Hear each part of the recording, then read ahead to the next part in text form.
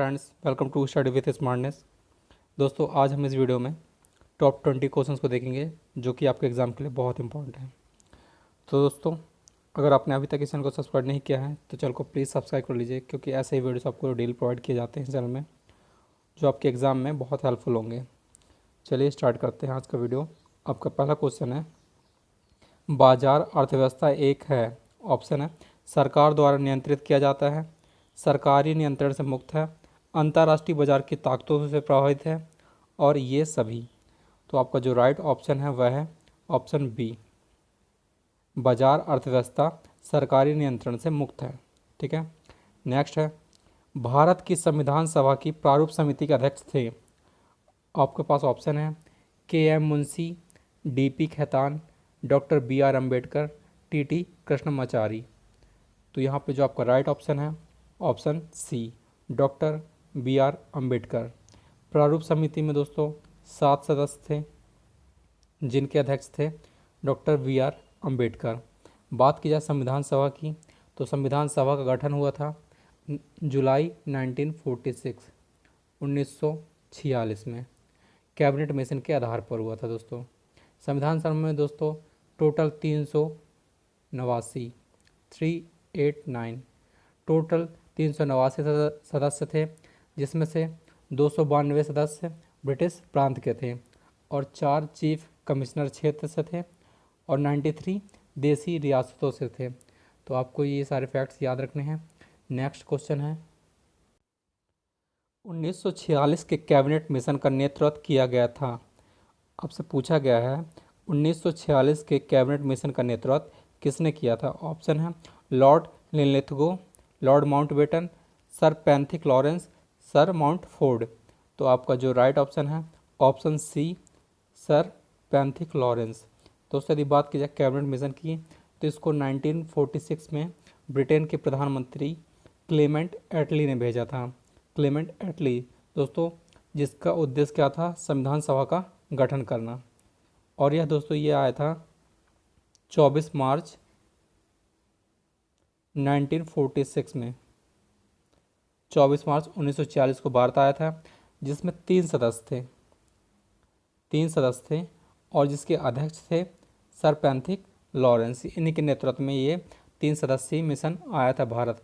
इसमें जो 3 सदस्य थे वह थे लॉर्ड पैंथिक लॉरेंस पहले थे, दूसरे थे सर स्टेफर्ड क्रिप्स, और जो तीसरे थे वह थे ए बी अलेक्जेंडर। आपको तीनों नाम याद रखने हैं। नेक्स्ट क्वेश्चन है आपका, माउंट आबू खालिस्तान पर्वतमाला में स्थित एक हिल स्टेशन है। आपसे पूछा गया है कि माउंट आबू किस पर्वतमाला में स्थित एक हिल स्टेशन है। तो ऑप्शन आपके पास विंध्य पर्वतमाला, सतपुड़ा पर्वतमाला, अरावली पर्वतमाला या फिर सह्याद्री पर्वतमाला। तो दोस्तों, आपका जो राइट ऑप्शन है वह है ऑप्शन सी, अरावली पर्वतमाला। यदि बात की जाए माउंट आबू की, तो दोस्तों यह राजस्थान के सिरोही जिला में है, सिरोही जिला में स्थित है। ठीक है दोस्तों, अरावली पर्वतमाला ये भारत की सबसे प्राचीन पर्वतमाला है, जो कि 692 किलोमीटर लंबी है। और अरावली पर्वतमाला की सबसे ऊंचा शिखर है, जो ऊंची चोटी बोल सकते हैं, वह है गुरु शिखर, जिसकी ऊंचाई है 1727 मीटर। ठीक है दोस्तों, सह्याद्री पर्वतमाला पश्चिमी घाट का दूसरा नाम है, आपको याद रखना है। नेक्स्ट क्वेश्चन है, प्रायद्वीपीय भारत में एकमात्र बारहमासी नदी कौन है। आपको बताना है कि प्रायद्वीपीय भारत में एकमात्र बारहमासी नदी कौन है। ऑप्शन है गोदावरी, कावेरी, कृष्णा, भीमा। तो आपका जो राइट ऑप्शन है वह है कावेरी। दोस्तों, कावेरी। ठीक है दोस्तों, कावेरी नदी की बात की जाए तो यह पश्चिमी घाट के ब्रह्मगिरी पहाड़ी से निकलती हैं। किससे? ब्रह्मगिरी पहाड़ी से। दोस्तों, इसकी जो लंबाई है वह है 800 किलोमीटर। 800 किलोमीटर है। दोस्तों, कावेरी नदी, यह जल विवाद रहता है कर्नाटक और तमिलनाडु के बीच में। इस नदी के जल को लेकर विवाद हमेशा बना हुआ है।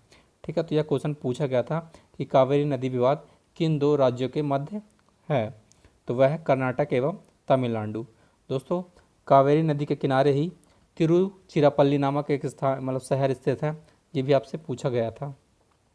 दोस्तों यदि अदर ऑप्शन को डिस्कस करें तो बात करते हैं कृष्णा की। दोस्तों कृष्णा नदी यह भी पश्चिमी घाट से महाबलेश्वर से निकली है, जिसकी लंबाई दोस्तों 1400 किलोमीटर है। ठीक है, 1400 किलोमीटर। दोस्तों इसकी जो सहायक नदी है वह है भीमा। कृष्णा भीमा की मतलब भीमा है जो वो कृष्णा नदी की सहायक नदी है। ठीक है, और दोस्तों कृष्णा नदी के किनारे एक शहर फेमस है जो कि विजयवाड़ा। विजयवाड़ा दोस्तों कृष्णा नदी के किनारे बसा हुआ है। यदि आप बात करें गोदावरी नदी की, तो गोदावरी नदी दोस्तों यह भी पश्चिमी घाट के त्र्यंबकेश्वर पहाड़ी से निकली है जो कि नासिक में है। दोस्तों इसकी जो लंबाई है वह है 1465 किलोमीटर। गोदावरी नदी की लंबाई है 1465 किलोमीटर। और इसको दोस्तों गोदावरी नदी को दक्षिण गंगा भी कहा जाता है और वृद्धगंगा भी कहा जाता है। और गोदावरी नदी के किनारे ही नासिक शहर बसा हुआ है। आई होप कि ये इतने फैक्ट्स आपके लिए इम्पोर्टेंट है। चलिए नेक्स्ट क्वेश्चन देखते हैं। नेक्स्ट है, निम्नलिखित में से कौन सा वनस्पति फाइबर का आधार बनता है? आपको बताना है निम्नलिखित में से कौन सा वनस्पति फाइबर का आधार बनता है। ऑप्शन है सेल्यूलोज, प्रोटीन, वसा या फिर तेल। तो यहाँ पे जो आपका राइट ऑप्शन है वह है सेल्यूलोज। ठीक है, नेक्स्ट है आपका, एक कण को ऊपर की ओर फेंका जाता है, जब वह उच्चतम बिंदु पर पहुंचता है तो उसमें खालिस्तान होता है। आपको बताना है कि जब एक कण को ऊपर की ओर फेंका जाता है तो जब यह सबसे उच्चतम बिंदु पर पहुंचता है तब उसमें क्या होता है। ऑप्शन है नीचे की ओर त्वरण, एक ऊपर की ओर त्वरण, नीचे की ओर वेग, एक क्षैतिज वेग। दोस्तों यदि कोई भी बिंदु यदि ऊपर की ओर जाता है, जब वो अपने लास्ट पॉइंट पर पहुंचता है तो वह एकदम से नीचे गिरता है। तो इसमें जो आपका राइट ऑप्शन है वह है नीचे की ओर त्वरण। ठीक है, आई होप कि आपको ये क्लियर हो गया होगा। नेक्स्ट है, किस प्रकार का विदेशी निवेश असुरक्षित माना जाता है? आपको बताना है किस प्रकार का विदेशी निवेश असुरक्षित माना जाता है। ऑप्शन है प्रत्यक्ष विदेशी निवेश, शेयर समूह निवेश, एनआरआई जमा या फिर बाहरी वाणिज्यिक उधार। दोस्तों यहाँ पे आपका जो राइट ऑप्शन है वह है शेयर समूह निवेश, पोर्टफोलियो इन्वेस्टमेंट। नेक्स्ट है, चीनी के किण्वन के दौरान दोस्तों चीनी के किण्वन के दौरान हमेशा बनने वाला यौगिक होता है। आपको बताना है कि कौन सा होता है। ऑप्शन है मिथाइल अल्कोहल, एथिल अल्कोहल, सिरका अम्ल या फिर एथिलीन। तो यहाँ पे आपको जो राइट ऑप्शन है वह है एथिल अल्कोहल। नेक्स्ट क्वेश्चन है आपका, भारत में हम किस प्रकार के लोकतंत्र का पालन करते हैं? दोस्तों भारत में हम किस प्रकार के लोकतंत्र का पालन करते हैं? ऑप्शन आपके पास प्रत्यक्ष, अध्यक्षीय, प्रतिनिधि, अधिनायकत्व। तो दोस्तों यहाँ पे जो राइट ऑप्शन है वह है प्रतिनिधि, क्योंकि दोस्तों हमारा यहाँ पे जो भी प्रतिनिधि होता है लोकतंत्र में वह हम चुनकर अपने प्रतिनिधि को भेजते हैं, तो वही है उसके अकॉर्डिंग ही हम उनके ऑर्डर्स का पालन करते हैं। इसलिए जो आपका राइट ऑप्शन है वह है ऑप्शन सी प्रतिनिधि। दोस्तों इस वीडियो में हमने टॉप 10 क्वेश्चन अभी देख लिए हैं। आई होप कि आपको क्वेश्चन पसंद आए होंगे। और दोस्तों यदि आपको क्वेश्चन पसंद आए हैं और आपको वीडियो अच्छा लग रहा है तो प्लीज़ चैनल को लाइक एंड सब्सक्राइब जरूर कीजिएगा एंड अपने फ्रेंड्स में भी शेयर कीजिएगा। दोस्तों हम आपके लिए बहुत मेहनत कर रहे हैं, यदि आप हमारा सपोर्ट करेंगे तो हम आपके लिए ऐसी मेहनत करते रहेंगे। तो नेक्स्ट क्वेश्चन आपका, हर्ष ने अपनी राजधानी को खालिस्तान में स्थानांतरित कर दिया। आपको बताना है हर्ष ने अपनी राजधानी को कहाँ से कहाँ स्थानांतरित कर दिया था। ऑप्शन है थानेश्वर से कन्नौज, दिल्ली से देवगिरी, कंबोज से कन्नौज या फिर बल्लभी से दिल्ली। तो यहाँ पे आपका जो राइट ऑप्शन है वह है थानेश्वर से कन्नौज।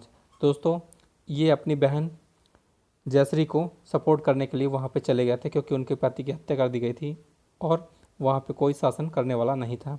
इसलिए इन्होंने राजधानी परिवर्तित करके अपनी बहन के साथ मिलकर शासन किया और दोनों जगह का मेंटेनेंस किया, एक अपने राज्य का और अपनी बहन के राज्य का। ठीक है, तो नेक्स्ट क्वेश्चन आपका, सर्वोदय से गांधी जी का क्या तात्पर्य था? सर्वोदय से गांधी जी का क्या तात्पर्य था? ऑप्शन है अहिंसा, ऑप्शन है अछूतों या दलितों का उत्थान, नेक्स्ट है नैतिक मूल्यों पर आधारित नए समाज का जन्म, या फिर डी है सत्याग्रह। तो यहाँ पे आपका जो राइट ऑप्शन है वह है ऑप्शन सी, नैतिक मूल्यों पर नए समाज का जन्म। ठीक है, option C is the right answer आपका, नैतिक मूल्यों पर आधारित नए समाज का जन्म। नेक्स्ट क्वेश्चन है आपका, सूर्य ग्रहण कब लगता है? आपको बताना है सूर्य ग्रहण कब लगता है। ऑप्शन है जब सूर्य चंद्रमा और पृथ्वी के बीच होता है, जब चांद सूरज के बीच की धरती होती है, ऑप्शन सी है जब चंद्रमा सूर्य और पृथ्वी के बीच होता है, ऑप्शन डी है जब चंद्रमा सूर्य और पृथ्वी से जुड़ने वाली रेखा पर नहीं पड़ता है। तो दोस्तों यहाँ पे आपका जो राइट ऑप्शन है वह है जब चंद्रमा सूर्य और पृथ्वी के बीच होता है। दोस्तों इसमें बहुत कन्फ्यूज़न होता है, तो मैं आपको एक क्लियर कर देता हूँ बिल्कुल, यदि आप इसको कभी नहीं भूलेंगे। दोस्तों मान लीजिए ये पृथ्वी है आपकी और ये सूरज है। दोस्तों इसकी जो परिव्रत है इसमें चंद्रमा है, मान लीजिए ये चंद्रमा। तो दोस्तों जब ऐसी कंडीशन में क्या होता है, इसमें बोला गया जब चंद्रमा सूर्य और पृथ्वी के बीच होता है, तो दोस्तों जब सूर्य ग्रहण होता है। दोस्तों ये जो चंद्रमा है ये जब ये ऐसे चलते चलते चलते इसके बीच आ जाता है यहाँ पे, तो यहाँ पे आ जाता है चंद्रमा। तो पृथ्वी से दोस्तों हमको सूरज दिखाई नहीं देता है। जब पृथ्वी से हमको सूरज दिखाई नहीं देता है तभी लगता है सूर्य ग्रहण। ठीक है, और दोस्तों जब ये चंद्रमा ऐसे चलते चलते पृथ्वी के बिल्कुल पीछे आ जाता है और सूर्य और चंद्रमा के बीच में आ जाती है पृथ्वी, तब दोस्तों लगता है चंद्र ग्रहण। क्योंकि दोस्तों बात सिर्फ इसकी आती है कि किस पर हमारी परछाई बनती है और उसके पीछे कौन रहता है। तो आई होप कि आपको समझ में आ गया होगा। क्योंकि दोस्तों अगर चंद्रमा यहाँ रहता है, यहाँ रहता है, यहाँ रहता है, यहाँ रहता है, कहीं भी रहता है, तो उस पर उसकी लाइट प्रकाश पड़ता है। बट जब वो पृथ्वी के एकदम एक सीधी रेखा में पीछे तक की तरफ होता है तब उस पर सूर्य का प्रकाश नहीं पड़ता है, तो तभी वहाँ पर चंद्र ग्रहण लगता है। ठीक है, और वही कंडीशन सेम यहाँ पे होती है जब पृथ्वी से हमको सूर्य नहीं दिखाई देता है और हमारे सामने चंद्रमा आ जाता है, तो तब सूर्य ग्रहण लगता है। आई होप कि आपको समझ में आ गया होगा। चलिए नेक्स्ट क्वेश्चन देखते हैं। जिब्राल्टर की जलधारा निम्नलिखित में से किसे जोड़ती है?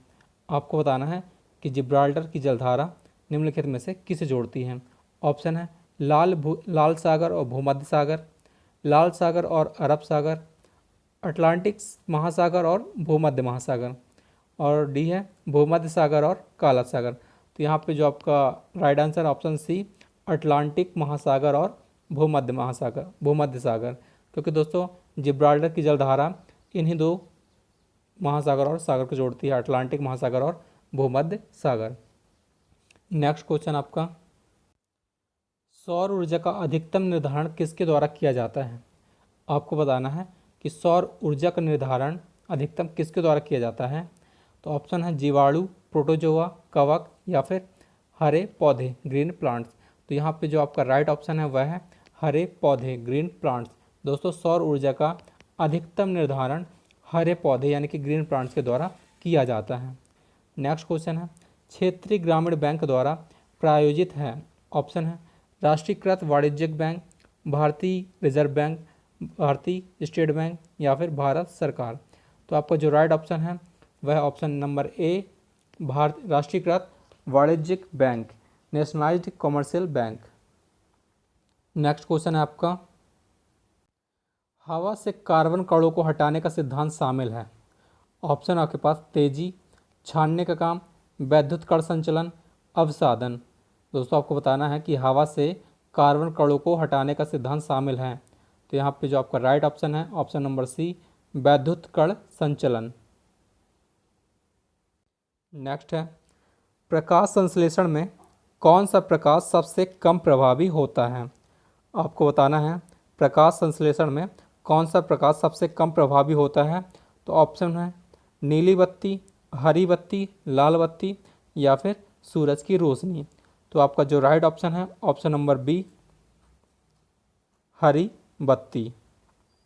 नेक्स्ट है आपका दोस्तों आपका ये लास्ट क्वेश्चन है, इसको बड़ी ध्यान से देखिएगा, इम्पोर्टेंट, क्योंकि निम्नलिखित में से कौन सा सबसे अच्छा शोषक के रूप में कार्य करता है। तो ऑप्शन आपके पास लकड़ी का कोयला, सक्रिय कोयला, सक्रिय नारियल चारकोल, या फिर कार्बन ब्लैक। तो यहाँ पे जो आपका राइट ऑप्शन है दोस्तों वह है सक्रिय नारियल चारकोल। ठीक है, तो दोस्तों ये रहे आज आपके टॉप 20 क्वेश्चंस। आई होप कि आपको ये क्वेश्चन पसंद आए होंगे और आपने वीडियो एंजॉय किया होगा। दोस्तों अगर आपको वीडियो अच्छा लगा है तो प्लीज़ चैनल को लाइक एंड सब्सक्राइब कीजिएगा। तो दोस्तों मिलते हैं नेक्स्ट वीडियो में ऐसे ही इंटरेस्टिंग क्वेश्चंस के साथ जो कि आपके एग्ज़ाम के लिए बहुत हेल्पफुल होंगे। चलिए मिलते हैं, तब तक के लिए धन्यवाद, थैंक यू।